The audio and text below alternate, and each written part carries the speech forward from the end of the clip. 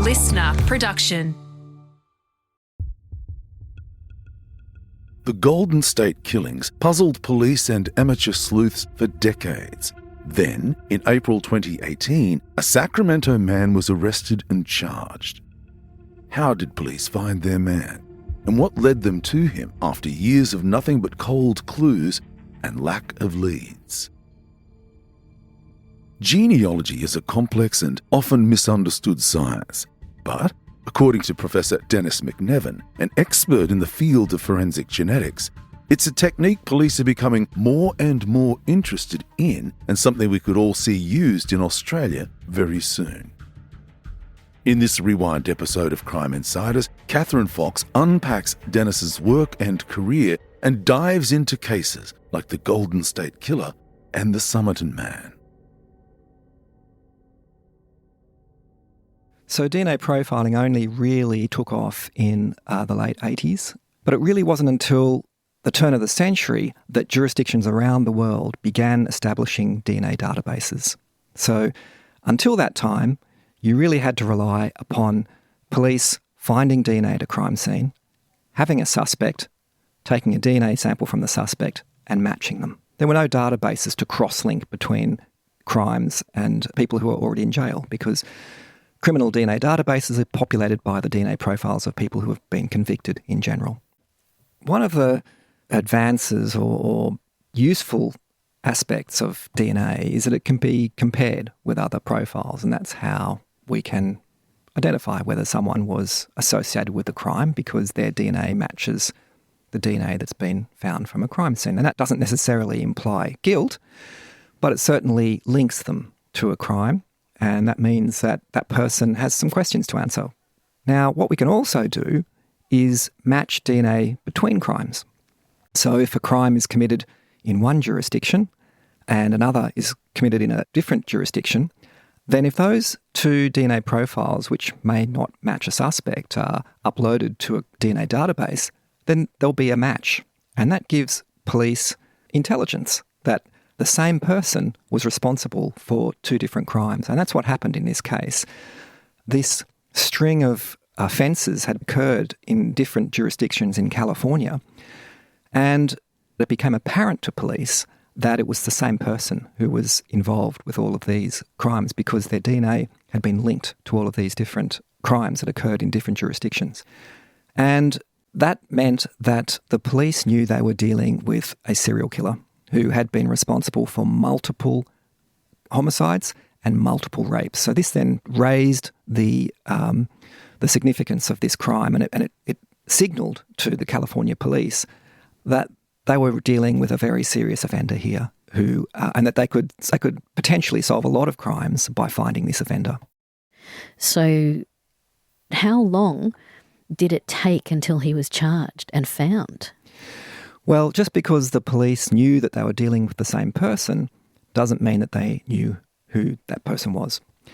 And it wasn't until 2018 that one of the detectives who was involved in investigating this cold case came up with the idea of submitting the DNA that had been found at these multiple crime scenes to a genetic database of the type that many of your listeners probably have subscribed to, companies like Ancestry.com and 23andMe. And many of us, including myself, have submitted our DNA to these databases to find our ancestry because many people are interested in their genetic ancestry. And there was one particular database called GEDmatch. And GEDmatch was like a clearinghouse that enabled people to download their individual profile from one of these commercial companies and re-upload it to this website that allowed them to cross-compare their DNA profiles with those from other people who had done the same thing. And this detective had the idea that he would submit this crime scene sample, analyse it in the same way, and upload it to GEDmatch. And he was able to identify genetic relatives of the Golden State Killer. So they were able to find a relative, and I can't remember exactly the genetic distance, but it was something like a second cousin. What this meant was that the detective employed the services of a genealogist, And what the genealogists did was to construct the family trees of these genetic relatives. And they build these family trees back until they get to a point where there is a common ancestor with the crime scene DNA. And once they find this common ancestor or common ancestors, if you've got multiple branches of the tree, then you can build that tree back down and triangulate to infer the identity of the unknown DNA donor. And they were able to do this with the Golden State Killer. He became one of a number of the different possibilities. So these family trees can produce multiple potential identities for the unknown DNA sample. One of them was Joseph James D'Angelo.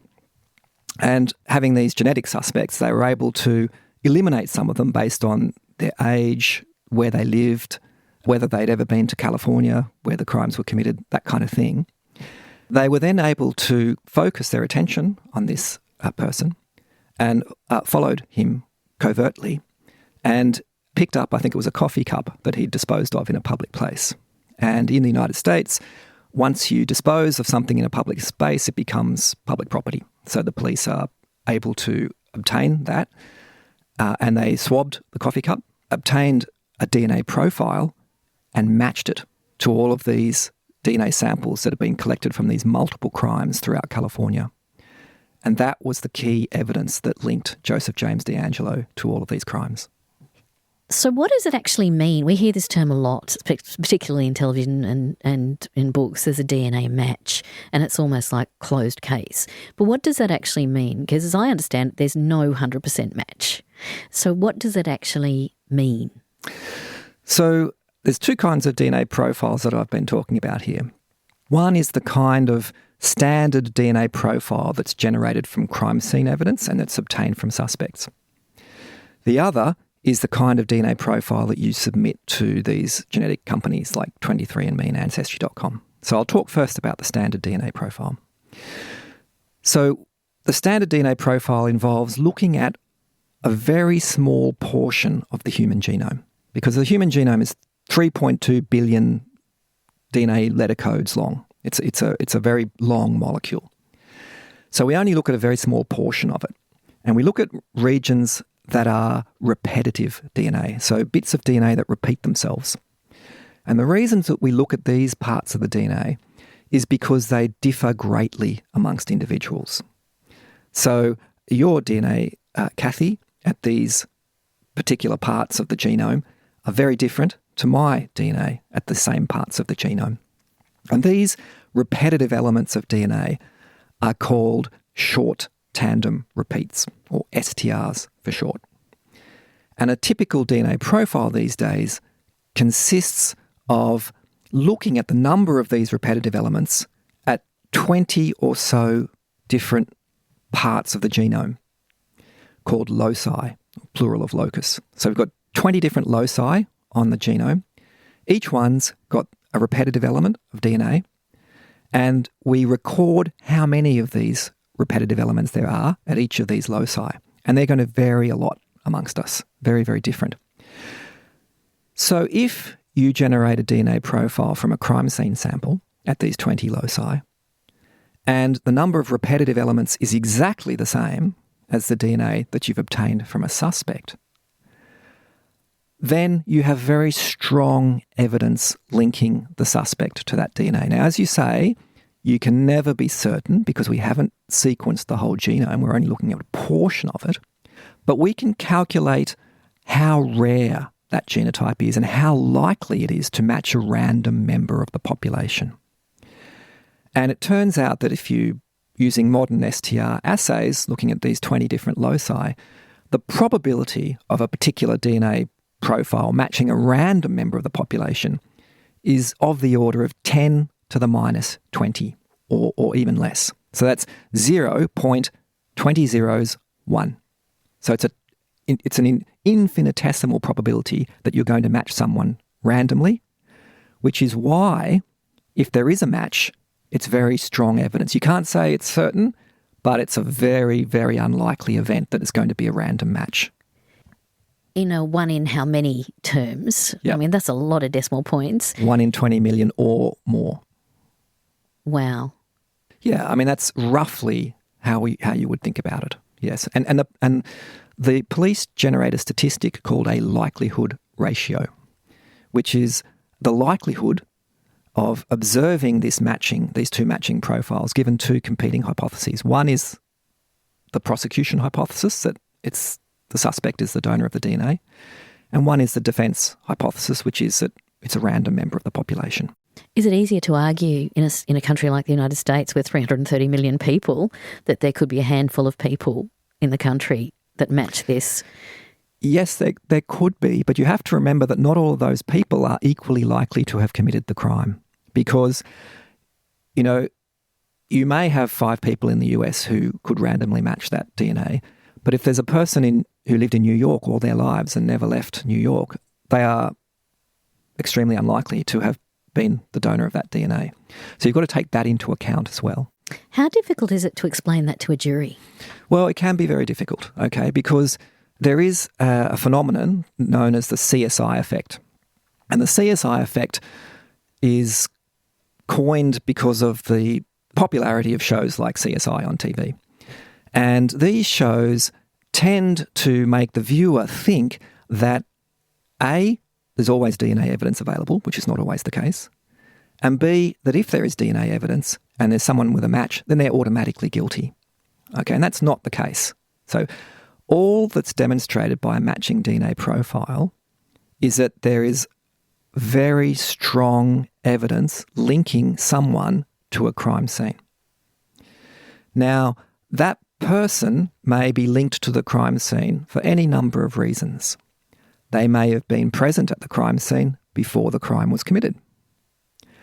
They may have been present at the crime scene after the crime was committed. For example, someone who walked through a crime scene unwittingly, unknowingly after the crime's been committed.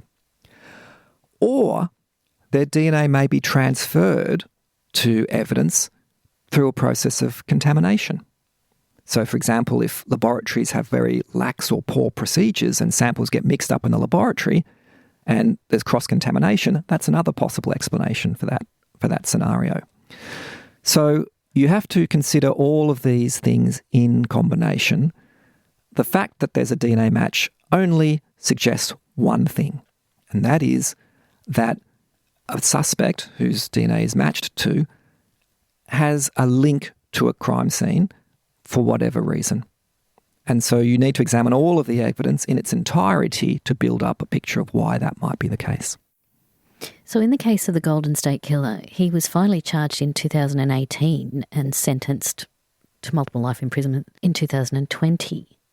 So did that trigger around the world the idea of familial searching? Yes, it did. Yes, it has. I mean, I don't think it's an exaggeration to say that it has revolutionised the use of DNA for criminal investigations. Has it been used in Australia?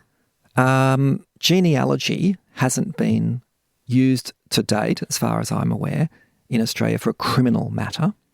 However, and you remember a while ago I explained about standard DNA profiling using the STRs.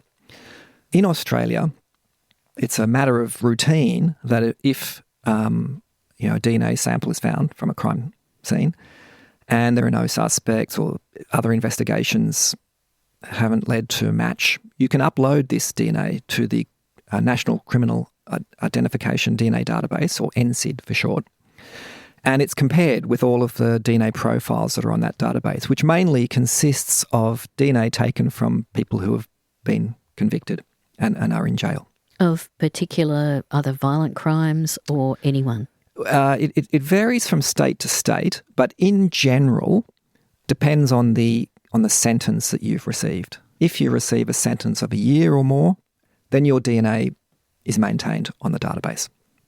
So DNA is routinely compared to these DNA samples, and you can get a direct match, as I mentioned before, which implicates that person in the crime. They may be in jail for a different reason, but they may have committed other crimes. And this has solved a lot of cases. So there are a lot of people who are currently incarcerated who have committed crimes that we don't know about. But if there's no direct match, you can also have a partial match. This partial matching is really only, for STR profiling, only really works for close genetic relatives. So here we're talking about children, parents, or siblings. And children's parents and siblings, what we call first-order genetic relatives. And so you get these matches which aren't perfect matches, but which are partial matches. And in the case of the Adelaide rapist, there'd been a number of sexual assaults committed against women in North Adelaide, in a particular part of Adelaide. And DNA had been collected and there were no direct matches, no suspects. But this was the first instance where this partial matching had been performed in a criminal case in Australia. And they were able to identify a first-order genetic relative of the DNA sample that had been retrieved from the sexual assaults, the male profile. So within their criminal database, they had a close relative. Correct. Of the rapist. That's right. And it wasn't just one. So there were a number of candidates that this technique had turned up. And the police were able to rank them based on probabilities, the likelihood ratios that I talked about before. They were able to rank the candidates. The person who was eventually charged with the offences was not the highest rank. They were the 7th. But it certainly narrowed a pool of suspects for the police to focus on. They were then able to concentrate their efforts on these individuals, look at other evidence that might implicate them, mobile phone records, their age, whether they lived in the area, that kind of thing, and find, some real candidates. And then they were able to gather enough evidence to warrant collection of DNA from a person who they had reasonable grounds to suspect. And indeed, that's what they did with this individual. They were able to collect a sample, and it was a perfect match to the DNA that had been retrieved from these sexual assault samples.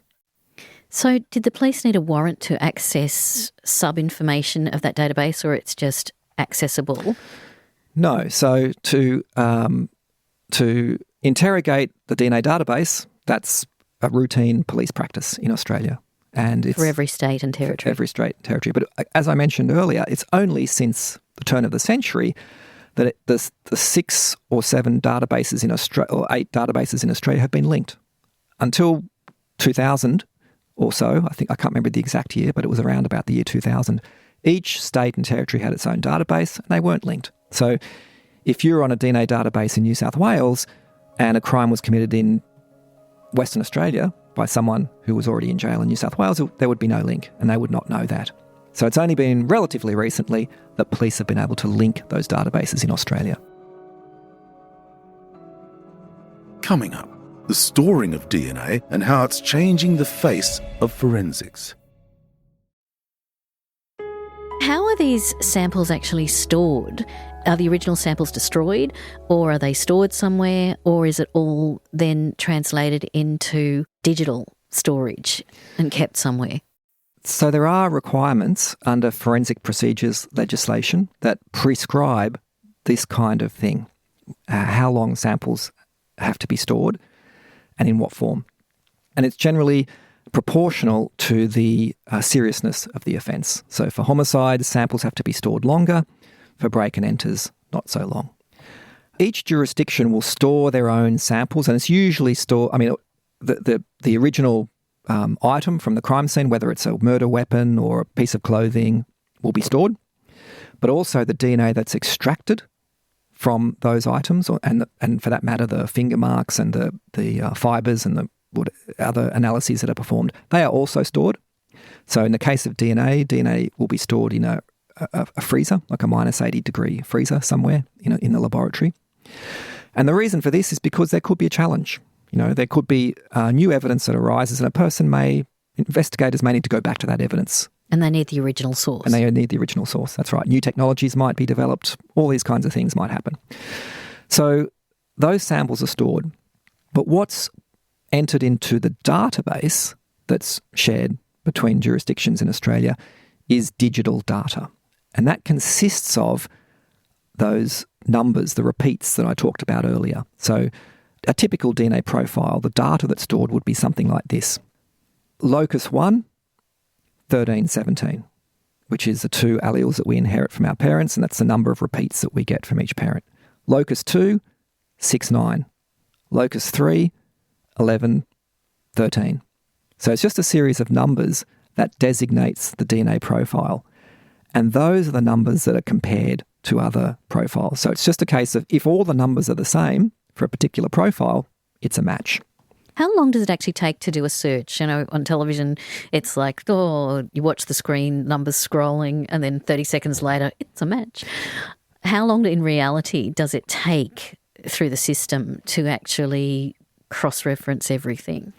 If you're just talking about searching the database, then it can happen fairly quickly. So not instantaneously, because there are a number of checks that have to be performed before you are allowed access to the database. And that's because each state has its own legislation, the forensic procedures legislation that I mentioned earlier, about what can and can't happen with DNA samples and data that's derived from those samples. And so the big problem, the reason that it was such a huge effort to get this national DNA database was because you have to make sure that each of the particular jurisdictions' legislation is satisfied before you compare samples. And there may be different conditions. So a sample that's compared between Western Australia and New South Wales might have a different set of conditions than a sample that's compared between Western Australia and Queensland.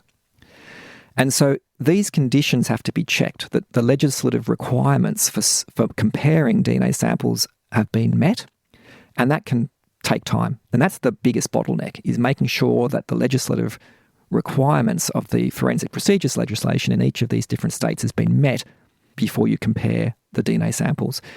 And that can take usually not longer than a day or so, but the physical process of entering the data into the computer, once that's satisfied, is virtually instantaneous. There's a case called the Somerton Man. I've actually followed this for years. Can you explain who he was? Because he's been a mystery for years and years. Yeah, so the Somerton Man was the name given to an otherwise unknown person who was found on a beach in Adelaide.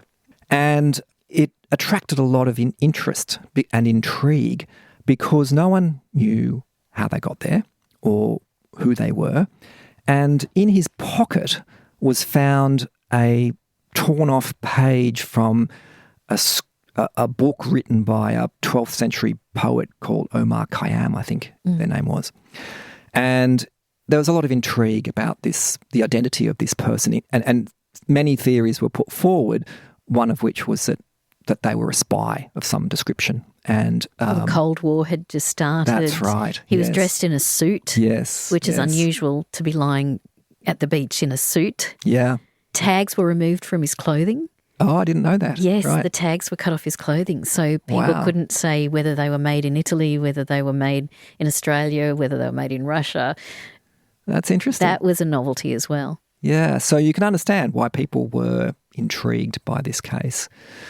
So he was buried. The body was buried. But before it was buried, a death mask was taken. So it's like a plaster cast of the face. That cast had hairs embedded in it that belonged to the Somerton Man, this body. So the body was, 6 foot under, so it was fairly inaccessible. But one individual at the University of Adelaide called Derek Abbott has made it his life's work to find out the identity of the Somerton Man. And he was able to obtain one of the hairs from this cast and sent it to a laboratory in the United States. They used a new kind of DNA recovery method that was used for ancient DNA type science. So the kinds of techniques that we use to recover DNA from Neanderthals and woolly mammoths that have been recovered from the permafrost. And so they use these new techniques that had been used for this kind of research to sequence the DNA in this single hair. So it was a single hair that was sent to the laboratory. From this DNA sequence, they were able to produce a profile of the type that's submitted to these commercial genetic companies. This profile was then compared to others in the database, and they were able to infer that there were living relatives who had uploaded their DNA. And so a genetic genealogist called Colin Fitzpatrick was able to build these family trees that I talked about before, find a common ancestor and triangulate back down, and identified or inferred that this individual was in fact someone called Carl Webb, who... which is not a very exotic name. Not a very for exotic spy. name, that's right. And Carl had sort of estranged himself from his family, I think, in Melbourne. His wife had left him. His wife had left him, right, okay. And he'd disappeared and no one sort of knew what had happened to him. And so his historical details were consistent with the facts of the case. Because no one ever reported him missing in Melbourne, which is tragic. It's quite sad to think about. Yeah, so maybe that could have been solved a lot earlier as well. Do you think there's going to be a move to actually, for crimes and current crimes, because of the pressure to prevent further violent crime and protect the community, do you think there'll be moves legally across Australia to access the genealogy sites? I know that police are very interested in the technique and, with good reason, because, as you say, it has the potential to avoid future crimes and to bring perpetrators to justice. But like any technique, you have to balance the positives and the negatives. So there are a lot of positives with genetic genealogy. There are some negatives as well. And most of those are concerned with genetic privacy issues. I think people do have a right to consent to the use of their DNA for this purpose. So just because you upload your DNA to determine your personal ancestry doesn't mean that you are comfortable having your DNA used for criminal investigations. But if you do consent, you're then going to get a select group consenting, and people who are more likely to be involved in violent crime are less likely to consent themselves, but they can't control their relatives. They can't control their relatives, yeah. And that's the other privacy issue here, is that just because you consent to having your DNA used for this purpose, that means that if your DNA is being used, then by definition, your relative's DNA is also being used for that purpose, because your DNA might link to a relative who isn't comfortable with their DNA being used for this purpose. You're currently working with the AFP. What does that work involve? I'm seconded, or have been seconded until very recently, to the Australian Federal Police National DNA Program for Unidentified and Missing Persons. This is a program that's trying to coordinate a national response to the hundreds of unidentified human remains that exist in this country and long-term missing persons that may or may not be associated with those unidentified human remains. And the idea is to apply the sorts of technologies that we've been talking about today, not just those, but others as well, in a concerted and coordinated effort to try and identify some of these missing persons and bring closure to some of the families who just don't know what might have happened to a missing person, a missing loved one. And a lot of the effort in the program is concerned with trying to make these links between jurisdictions that I've been talking about, coordinating efforts between states and territories so that we leave no stone unturned as a result of lack of communication or coordination amongst jurisdictions. We certainly don't jump in with using the big guns first. So very often these cases can be solved simply by doing a database search from a standard DNA profile.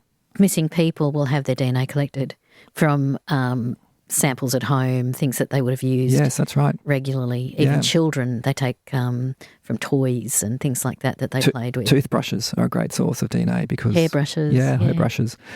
So that's, the easiest way to try and establish the identity of human remains is to look at these, what we call direct reference samples. So things they may have used. Sometimes you have baby screening cards with DNA blood spots that might provide DNA for this purpose. But if that doesn't work, then you can turn to relatives. And of course, these relatives have to consent for their DNA to be used in this way. But we can do the kinds of partial matching that I was talking about earlier that was used in the case of the Adelaide rapist, where you look for first-order relatives. Human remains are found, then that may be the brother or the child or the father of someone who's missing someone. We use other kinds of DNA strategies as well. So, for example, we can predict the ancestry of someone whose human remains, their eye colour, their hair colour, and so we can try and paint a bit of a picture of what that person might have looked like. And that might also help to establish their identity or narrow a pool of candidates. There are other techniques that are used, so anthropological examination you can predict the biological sex of someone from their bone structure. You can use isotope analysis to predict where they might have lived, how old they are, when they died, that kind of thing. And all of those techniques can be applied. Medical records, so dental records can help identify people based on, any dental work that they've had done. All these kinds of techniques can be used. Failing all that, then a last method of resort is to then turn to genetic genealogy to try and identify the relatives of someone who may not have reported a missing person, as in the case of Carl Webb. That's been incredibly educational, and I've learnt so much, and I'm now going to actually reconsider whether I do genetic testing for ancestry. So thank you so much for joining us, Dennis, and this is a space we're definitely going to watch. Oh, it's been my pleasure. Thanks for the opportunity.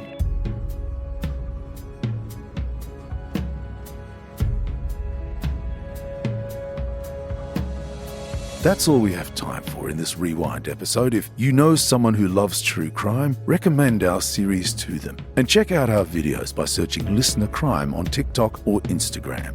I'm Dan Mullins. Thanks for listening.